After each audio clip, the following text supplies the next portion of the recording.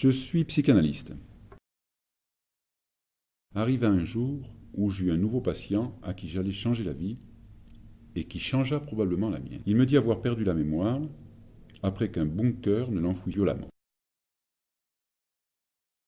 Je pensais premièrement lui faire retrouver la mémoire, mais réalisai bien vite que ce serait impossible. Néanmoins, sous hypnose, il lui arrivait d'avoir des flashs.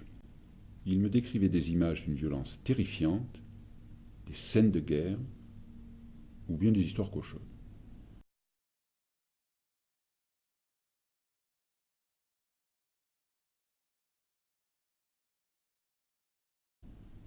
Un jour, il m'amena un dessin qu'il avait fait dans son sommeil.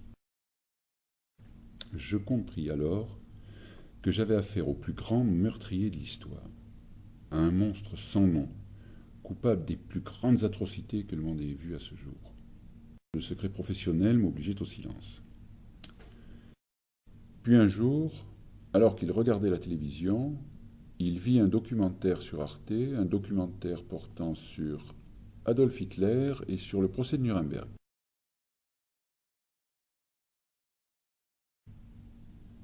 Il vint la fois suivante complètement anéanti. Partagé entre deux mots, celui d'avoir la responsabilité d'une cinquantaine de millions de morts et celui d'avoir perdu ses amis, ceux-là même pendus suite au procès ou ceux réfugiés en Amérique du Sud.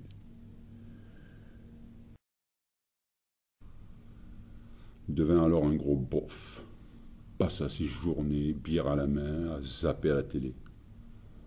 Lors d'une séance, il me raconta qu'il avait rêvé qu'un serpent organique jaunâtre était sorti de la télévision et l'avait pénétré par la gorge alors qu'il regardait la croisière s'amuse.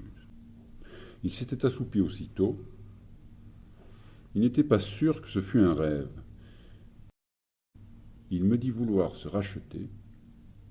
Il écrit et me confia des lettres à tous ses gais compagnons nazis, lettres que je devais envoyer au destinataire après la disparition du patient autrichien qu'il était. Il me dit qu'il pensait également avoir une dette envers l'humanité et envers lui-même. Subitement, il changea de look. Il se lança dans la rédaction d'essais philosophiques sur les conduites à adopter, des façons de vivre, de penser qu'il entendait répandre à travers le monde. Il remplaça ses vieilles idées d'ordre, l'idéal racial de soumission, en prônant l'amour, la paix et la compréhension entre les hommes. Puis nous arrêtâmes les séances. Il se disait guéri. Il prétendait avoir trouvé l'absolution de soi dans la musique. Il vécut heureux, accompagné de sa guitare. Il faisait parfois la manche à la sortie de l'école primaire du village.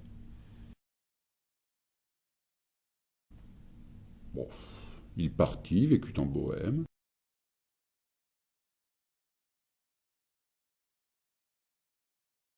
Jusqu'au jour où le coup de foudre se produit.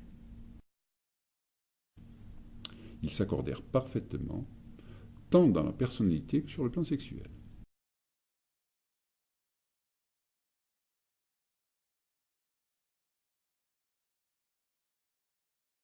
Amis des fleurs, amis des fleurs, amis des fleurs, amis des fleurs, amis des fleurs.